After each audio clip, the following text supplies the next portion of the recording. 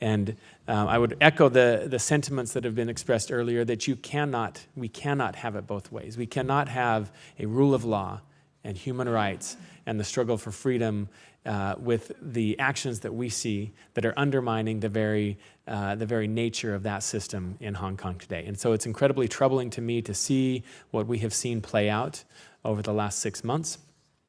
And forecasting into the future some of the efforts to undermine the sanctuaries of democracy and human rights that we see right now. So some of those sanctuaries and foundations of freedom, as we've seen in the United States and we also see in Hong Kong, the freedom of democracy and government through elections, the freedom of academia and for ideas to thrive in an academic system, the economic freedom for individuals and economic competition, and rule of law where every individual is treated fairly and equally under the law and human rights are protected. So my concern, what I'd love for you to comment on is where we go from here, and with some very troubling signs on the horizon. So I'd love for you to comment on,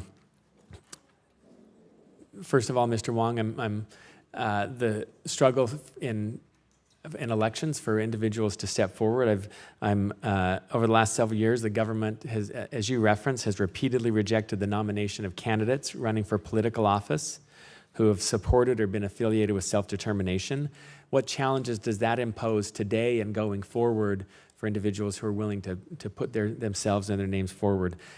Taking that same look at the foundations of freedom of thought to academia, what support do academic institutions give to students as they raise their voices in support of intellectual freedom and human rights? And also to the economy and free economy as businesses. Ms. Ho, I believe, as you spoke about some of the concerns with Cathay Pacific and efforts that undermine individuality and freedom of thought in the marketplace of ideas and in the workplace. What is happening in these respective spheres and foundations of democracy, and how can we best support freedom of thought? I think the question that all of this also is related to is China's clear exercise of soft, hard, and sharp power. And so I want to say a couple of things on the academic front. In the US, we have over 300,000 Chinese students from the mainland, and also students elsewhere. I think Joshua saw recently close up and personal when he spoke at Columbia what the actions of the students are. I'm not raising it to think that there's an easy answer, but I do think that we must be thinking about how do we, and I use it for lack of a better word, engage the fact that we're welcoming students into US institutions. I teach a human rights course at NYU as well, and I had some mainlanders who did not want to take my course because they're afraid to take the course, because if they take the course, other people were reporting on who took the course by Sharon, human rights in China director. And then even recently, if I had students in the class as observers or whatever from the mainland, so I'm saying that the censorship is on mainland students as well. So we do have them protesting, but we also have to recognize they are all under surveillance with families back home. I really want to echo Denise's call to bring in the role of the companies, and in particular, as the Protect Hong Kong Act moves forward in discussions, and I know that it's going through a legislative process, I think it would be really good to think about and address the question of the US companies, because not only will the denial of export licenses really address the issue, it will address the issue of no longer being complicit, but will it address the issue of the actual category of lethal and non-lethal materials? And I wanted to point out that China hosts the China International Exhibition on Police Equipment every 2 years. The next one, they all held in Beijing, will be held on May 12th to the 15th. That's a really important date. And they sell, and they have thousands of exhibitors from all over the world and companies. And in the past, we have been monitoring many US companies have gone to exhibit and sell, and then afterwards report very proudly on the are we singing? Okay, not yet, right? Okay, not yet, not singing yet.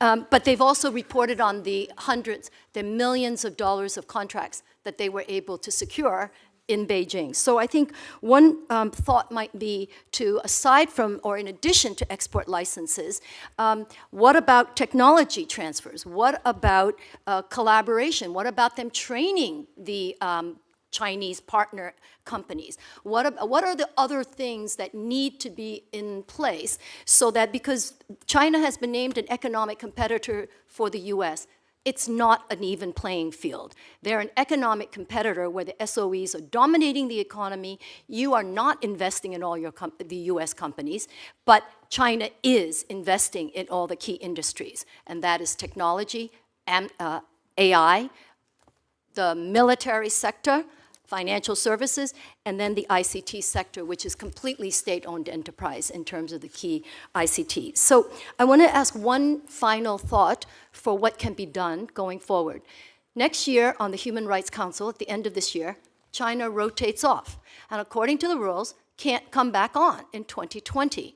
I think that is the year in which the US government, I know you have left the council for various analyses of its effectiveness, but that does not take away the fact that the US is still viewed as a leading player among all the member states in the council. You can exercise your role as an observer. You can also exercise your very influential role in working with other democratic governments to issue joint statements, joint initiatives, and joint. So I think 2020 is particularly important, and in particular, that is the year to push, because you're also on the NGO committee of ECOSOC.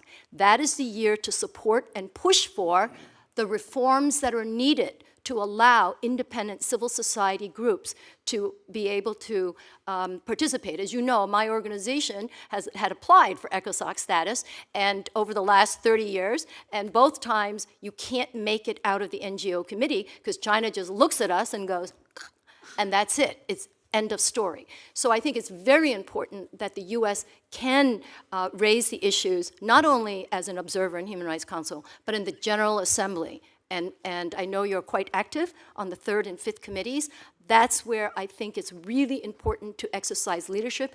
2020 is the year you can push, because China will be there with its client states and threatening everybody else to support them while they're not there. But the point is, they won't have a vote. So I think it's a good year to get some traction.